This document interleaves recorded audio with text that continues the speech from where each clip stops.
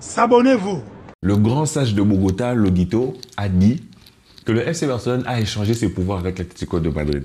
Les amis, victoire du FC Barcelone 1-0 à domicile face à l'avant-dernier de Liga. En jouant un match bizarre, un match hybride, un match où j'ai vraiment l'impression quelquefois de regarder l'Atlético de Madrid parce qu'on gagne nos matchs, mais le contenu est... Comment dire ça en étant poli? Parce qu'il y a des parents qui me regardent, il y a des adultes, il faut rester décent, il faut rester... il faut garder, maîtriser ses mots.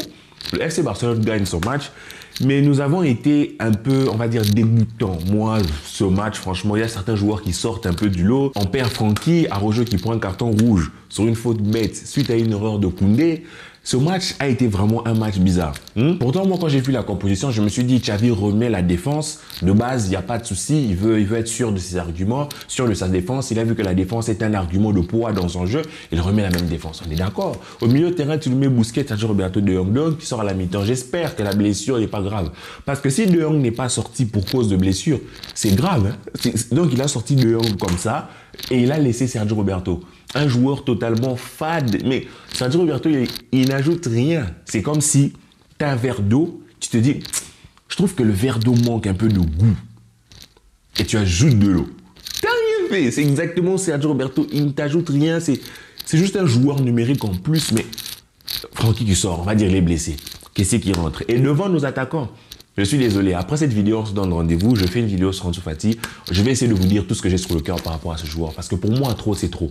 Ansu Fati, je suis désolé. Son match est limite le match de Ferran Torres. Le match de Ferran Torres s'approche du néant. Mais il y a quelque chose. Le match d'Ansu Fati, ça me fait mal. Ça me fait de la peine, en fait. Ce Barça me fait de la peine. Parce qu'on gagne nos matchs, mais nos joueurs, c'est... Les gars, quand même. Rafinha, sa première période, j'ai vraiment aimé sa première période. Elle était très consistante entre son but, sa spéciale avec une sorte de poulet que Busquets balance lui sa tête, magnifique. Il nous a fait la même contre Osasuna, c'est juste beau. Il avait fait aussi la même au Brésil. Donc c'est sa spéciale, c'est magnifique ce but-là. Moi, quand je l'ai vu, je me suis dit, let's go, on est parti. Et après, on a senti que Rafinha était bien en jambes et tout. Il faisait des trucs, il tentait des trucs. Passement les jambes, je me suis dit, ah, Joga Bonito, il va nous ramener au Brésil. Il va nous ramener au Brésil, bien Neymar 2011 et tout, on est parti. Mais en fait, non.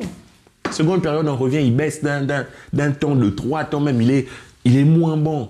Il est moins bon. C'est un Brésilien ou pas? Passe tes 1 contre 1, tu les passes pas. Aujourd'hui, c'est peut-être l'attaquant qui sort du lot. C'est notre meilleur attaquant vraiment devant. Mais j'aime quand il passe. Il passe ses 1 contre 1. Mais quand il passe pas ses 1 contre 1, moi je me dis, bon, tu es Brésilien ou bien tu es Burkinabé? Il y a un souci. Il y a Anguille sous roche là. Il y a un problème. Et Ferran Torres qui lui fait un match... Comme d'habitude, un match où il fait quelques bons appels, mais il est vide, il est dans le néant, un peu perdu. En tout Fati, on ne le voit même pas. On a l'impression que c'est, tu vois, la partie où il y a, comment il s'appelle, Iron Man, c'était perdu dans l'espace et tout. Il rédigeait déjà son testament. En tout Fati, c'est comme ça, il est dans l'espace. Plus sur le terrain, c'est pas possible. Et après, qu'est-ce qui se passe? On sombre, on commence à voir un jeu bizarre, on n'a plus de tenue de ballon, on joue contre le 17e quand même. Ce n'est même pas que eux, Valence, ils ont proposé un jeu extraordinaire. On a été tout simplement morose, on a été fade. Ça n'a pas été une journée pétillante. C'était un dimanche gâché. Il est 16h, on suit un match de 16h. Donnez-nous quand même de la vibe, c'est dimanche. Tout le monde est un peu raplapla. Mais donnez-nous un peu de la vibe. Aujourd'hui, les supporters étaient là, ils ont chanté. Mais on a vu une équipe un peu raplapla. Je ne sais pas, les choix tactiques de Xavi, c'est sans ceux-là que l'on doit condamner. Ou bien ce sont nos joueurs à nous. Parce que quand tu vois même la prestation de Koundé, aujourd'hui, Koundé vraiment... Il a été très juste, très juste. Encore une fois, ce n'est pas son poste. Mais là où moi j'ai vu des erreurs de sa part, c'est même pas des erreurs liées à son poste, des erreurs de positionnement, des erreurs de choix, des erreurs de tactique, des erreurs techniques. Donc aujourd'hui, Koundé, c'était vraiment... C'était bizarre, tu vois. Je ne sais pas si c'est de la fatigue. Et Christensen, lui aussi, avec des crampes. Si vous êtes arrivé jusqu'à cette partie de la vidéo, c'est que vous comprenez comme moi qu'il y a un paradoxe. Les 3 points sont là, on gagne. Comme contre le Real, on gagne. Mais j'ai vraiment l'impression qu'on a échangé nos pouvoirs avec l'Atlético de Madrid. Parce que de leur côté, ils ont planté 6 buts à Séville. 6 buts à Séville. 6. 1, 2, 3, 4, 5. On joue contre le 17e de Liga. Et on joue comme ça. Que vous dire? Que vous dire? Que vous dire, moi, ce match, franchement, alors qu'en première période, il y avait un semblant de contrôle, un semblant d'envie, mais toujours trop de touches de balle, offensivement sans appui, à part certains joueurs que moi j'ai vraiment aimé, Baldé, comme je vous ai dit, je vous ai toujours parlé de Baldé, Rafinha qui fait certaines choses bien en première période, il est un match consistant, en seconde période un peu moins, mais Baldé est juste extraordinaire, c'est une bombe ce petit, il reste encore à polir, il n'est pas parfait, on doit le polir, l'améliorer, mais quand tu vois ce qu'il fait dans ce match-là, quand tu vois cette capacité d'élimination, je me dis, il est encore plus prolifique en tant qu'ailier gauche qu'Ansu Fati, limite, mais Baldé Ansu Fati, mais Baldé comme ailier gauche, c'est tout simplement ce que tu peux faire, parce que Ansu Fati c'est le néant, je suis désolé, comme je vous ai dit, rendez-vous vraiment après cette vidéo, on va vraiment parler que d'Ansu Fati, mais sur le reste, Busquets, il fait quelques... Tu vois, c'est un match où certains joueurs, on va dire, eux, individuellement, ils ne sont pas mauvais. Ferran n'est pas mauvais. Rafinha n'est pas mauvais. C'est l'équipe, en fait. L'animation de l'équipe qui est dégueulasse. Désolé, l'animation de l'équipe, elle est bizarre. Il y a quelque chose qui cloche dans ce truc. Il y a quelque chose... Vraiment, j'ai l'impression que l'élimination de l'Euro nous a causé des choses. Parce que, bien sûr, on a des manquants importants, mais... Franchement, ce que l'on propose dans le jeu là, c'est chaud, c'est chaud. Araujo qui prend son carton rouge va rater le match contre Atlético Bilbao. J'espère qu'il sera là pour le Classico. On ne sait pas, on verra. Combien le match de suspension il est copera. Apparemment, ça va être un seul, mais on va voir. Mais en tout cas, défensivement, à la fin, on finit avec Marcos Alonso, Eric Garcia, Christensen, Jules Koundé. Défense comme ça, une défense vraiment chelou. On finit un peu en désordre, tu vois. On ne sait plus Baldé fait quoi. Donc, tactiquement, c'est vraiment une sorte de tohu-bohu. Je ne sais pas ce que Xavi ou son frère, qu'est-ce qu'ils ont dans la tête, mais il faut vraiment qu'ils bougent, qu'ils les secouent. Parce que là, certes, on met 10 points au Real de Madrid, qui en ce moment n'a pas encore joué, qui doit jouer contre Betis Séville. On leur met de l'avance, mais moi, je ne suis pas content, satisfait de ce que je vois. Je ne suis pas satisfait. Vous avez le droit de dire que je suis un aigri, vous avez le droit de dire que je ne suis jamais content, vous avez le droit. Mais moi, quand je regarde ce club, ce Barça, je me rends aussi compte à quel point la saison a été très dure, hein, émotionnellement. La saison a été très dure physiquement, la saison a été très longue.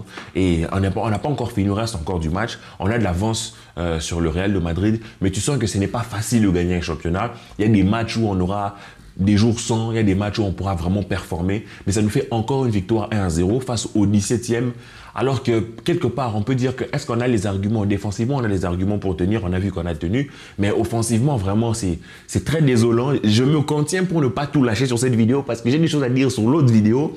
Je me contiens, mais franchement, défensivement, ça va. Au milieu de terrain, on a des pertes, mais moi, je pense qu'il faut se renforcer à ce poste-là aussi. Hein, parce que ce que je vois, c'est qu'on arrive à produire avec certains milieux de terrain, ça ne va pas. Lorsqu'on a fini le match avec Sergio Roberto, Kessié et, je sais pas, et Francky, pardon, Sergio Roberto, Kessié et Busquets, on voit qu'au niveau de la créativité, c'est le néant. On est au niveau de la tenue de balle. On n'arrive pas à tenir tête à Valence 17e. Je pense que ça parle pour nous. On n'a pas besoin de s'étaler là-dessus. Surtout qu'on leur vole un penalty. On a l'habitude, nous, de se plaindre. Oui, on ne nous a pas sifflé un penalty, mais il faut dire la vérité. On leur vole un penalty aussi. On leur vole un penalty. La faute de Kessié, il y a penalty tous les jours. Il y a penalty tous les jours. Donc, ce match aurait dû se terminer sur un 1-1. Mais il y a aussi l'action où Ferran et Ansu Fati se battent, s'arrachent la gorge pour tirer le penalty. Et Busquets qui vient par là, Ferran, on ne sait pas ce qu'il lui dit. Ferran qui rate lamentablement son penalty. C'est chaud. Il faut établir une hiérarchie de qui tire les pénaltys. Si c'est Lewandowski qui les tire, quand il est là, il les tire. Si ce n'est pas lui, il faut que Kessié les tire. Kessié tire le mieux le pénalty même que Lewandowski. Pourquoi c'est pas Kessié qui le tire? Kessié les laisse à Ferran, Kessié les laisse à Ansu Fati. Il s'embrouille. Ferran qui tire, il le rate. Ça va taper dans sa tête. Hein. Au prochain pénalty, je ne sais pas s'il voudra le tirer. Tu vois. Et quelque part, moi, j'aurais voulu même que ce soit en dessous qui le tire, quelque part, parce que peut-être ça allait lui faire le bien, ça allait lui faire du bien, ça allait lui débloquer quelque chose. Un déblocage qui a peut-être eu lieu chez Ferran, je ne sais pas. Mais Ferran s'impose, il tire le penalty, en dessous il sort un peu triste et tout, mais il rate au final. Donc ça fait quelques semaines, quelques matchs que moi j'ai eu du mal à prendre du plaisir vraiment sur ce que le Barça produit. Dans le jeu, on n'est pas assez bon. Je pense qu'il y a vraiment un souci au niveau de notre créativité au milieu de terrain et notre capacité à faire mal offensivement. On sent vraiment qu'on est très très limité. On joue avec des joueurs numériques sur le terrain, mais le rapport vraiment dans le jeu, c'est le néant, les gars. Moi, je vais essayer de me retenir. Hein. On se retrouve sur la prochaine vidéo. Pour moi, ce match d'aujourd'hui, c'est une victoire, mais ce n'est pas une victoire à mettre vraiment sur le crédit de Xavi. Oui, on a gagné contre Valence. Non, c'est une victoire un peu bizarre. C'est une victoire qui doit nous pousser à travailler. Et nous devons faire très attention au physique de certains joueurs parce que je crains que Christensen finisse blessé encore une fois. Parce que le mec avait un gène, un problème et tout. Tu le fais jouer tout le match. Les choix de Xavi, je ne sais pas. J'espère que Christensen ne va pas faire une rechute tout au long de la semaine. Parce que si on rate déjà à rejour au Classico, on aura besoin d'un Christensen. Espérons qu'il ne se blesse pas. Espérons que Koundé soit reposé. Je ne sais pas exactement quand, mais il faut que Koundé soit reposé, Koundé soit remis dans la l'axe. Parce que ce qu'il nous présente, ce qu'il m'a présenté aujourd'hui. Donc les gars, je vous laisse avec ça. Victoire du FC Barcelone après un match fantôme. Après un match un peu bizarre, une sorte de... Hein?